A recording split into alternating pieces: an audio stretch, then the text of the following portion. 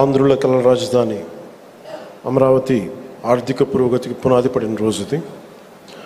ఆర్థిక కార్యకలాపాలకు మూల స్తంభాలైన బ్యాంకింగ్ వ్యవస్థ కొలువుదీరేందుకు వీలుగా ఏర్పాటు చేసిన ఈ బ్యాంకింగ్ స్ట్రీట్కి పునాది రాయి వేసే బృహత్తర కార్యక్రమంలో విచ్చేసిన గౌరవ కేంద్ర ఆర్థిక మంత్రివర్యులు శ్రీమతి నిర్మలా సీతారామన్ గారికి, గౌరవ ముఖ్యమంత్రులు వర్యులు శ్రీ నారా చంద్రబాబు నాయుడు గారికి, సెంట్రల్ మినిస్టర్ శ్రీ పెమ్మసాని చంద్రశేఖర్ గారికి, సోదరులు నారా లోకేష్ గారికి, ఫైనాన్స్ మినిస్టర్ శ్రీ పయ్యావుల కేశవర్ గారికి, సభను అలంకరించిన గౌరవ సహచర మంత్రివర్యులకి, గౌరవ పార్లమెంట్ సభ్యులకి, గౌరవ శాసన మండలి మరియు శాసనసభ్యులకి, నాయకులకి హృదయపూర్వక ధన్యవాదాలు. ఇక్కడికి విచ్చేసిన అధికారులందరికీ కూడా నా ప్రత్యేక నమస్కారం. My wholehearted namaskars to all the representatives of the premier banking institutions and insurance companies.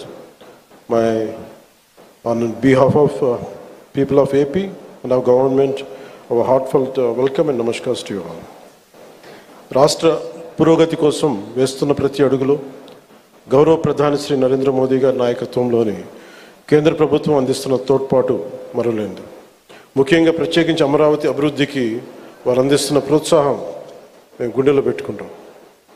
ఈ రోజున అమరావతి అభివృద్ధి ప్రాజెక్టులు సాగుతున్నాయి అంటే అది నారా చంద్రబాబు గారి నాయకత్వంలోని ఈ ప్రభుత్వం సంకల్ప బలం,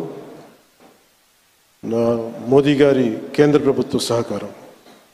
కేంద్రం నుంచి వస్తున్న ఆర్థిక సాయం కాగితాల లెక్కల్లో కరిగిపోకుండా జరుగుతున్న అభివృద్ధి ప్రతి ఒక్కరికి కనపడేలా జవాబుదారీతనంతో ఈ ప్రభుత్వం పనిచేస్తుంది.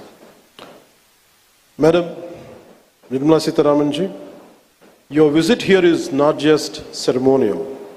It is deeply symbolic and strategically significant. By laying the foundation stones for these banking institutions, you are laying the foundation for financial prosperity in our capital. It is a reaffirmation of the central government's commitment to Andhra Pradesh and a personal endorsement from you and Honorable Prime Minister Shri Narendra Modi ji of our developmental vision. నేడు bank of India, Indian bank, bank of Baroda, IDBI, LIC లాంటి premier banking institutions, అలాగే బీమా సంస్థలు ఒకటే చోట ప్రత్యేకించి ఒక banking స్ట్రీట్కి ఉండటం చాలా దేశంలో చాలా అరుదైన సంఘటన. అలాంటి దానికి పునాది వేసిన బ్యాంకింగ్ స్ట్రీట్ అమరావతి నగరానికి ఆర్థిక శక్తినిచ్చే అతిపెద్ద అడుగు. ప్రధాన బ్యాంకుల కార్యాలయాలు, ఆర్థిక సంస్థలు ఒకటే చోట ఉండటం వల్ల ఆర్థిక కార్యకలాపాలు, వ్యాపార లావాదేవీలు చాలా వేగంగా పుంజుకుంటాయి. పెట్టుబడిదారుల విశ్వాసం పెరుగుతుంది. ఆ విశ్వాసం అమరావతిని ఆర్థిక కేంద్రంగా నిలబెడుతుంది.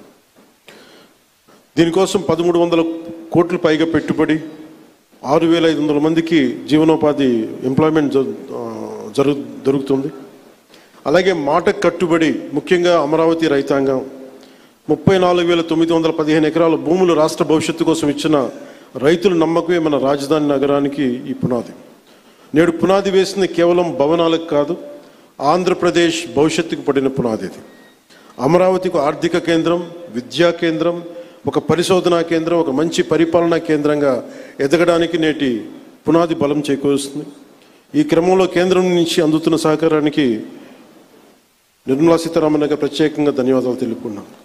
ఒకసారి ఆంధ్రప్రదేశ్ ప్రజలందరూ కూడా ఎన్డీఏ ప్రభుత్వం ఏర్పాటు తర్వాత మనకి గౌరవ ప్రధానమంత్రి మన మోడీ గారు అందించిన సహకారం, ఆయన నాయకత్వంలో ప్రత్యేకించి ఆంధ్రప్రదేశ్కి వైజాగ్లో మీరు పెట్టుబడులు దాదాపు జనవరిలో 2 లక్షల కోట్లు పెట్టుబడికి ఆ రోజు ముందుకు తీసుకెళ్లారు. 7.5 లక్షల ఉపాధి అవకాశాలు, 2 లక్షల కోట్లు. అలాగే అమరావతి పునర్నిర్మాణానికి మే నెలలో 1,07,000 కోట్లు, కొన్ని వేల మందికి ఉపాధి అవకాశాలు. Kurnool super GST super saving సభలో ఆ రోజున కొప్పర్తి అండ్ ఓర్వకల్ కారిడార్ల ద్వారా 13,429 కోట్లు ప్రాజెక్టులు. విశాఖ స్టీల్ ప్లాంట్ మూసేస్తారు, ప్రైవేటైజేషన్ జరుగుద్ది అని ఒక స్టీల్ ప్లాంట్ తిరిగి రివైవ్ చేసి దానికి 11,000 కోట్లు మనకి కేంద్ర ప్రభుత్వం గౌరవ ప్రధానమంత్రి మోదీ గారి ఆధ్వర్యంలో ఇవ్వడం జరిగింది. 60,000 ప్రత్యక్షంగా పరోక్షంగా ఉపాధి అవకాశాలు వస్తాయి దీనివల్ల.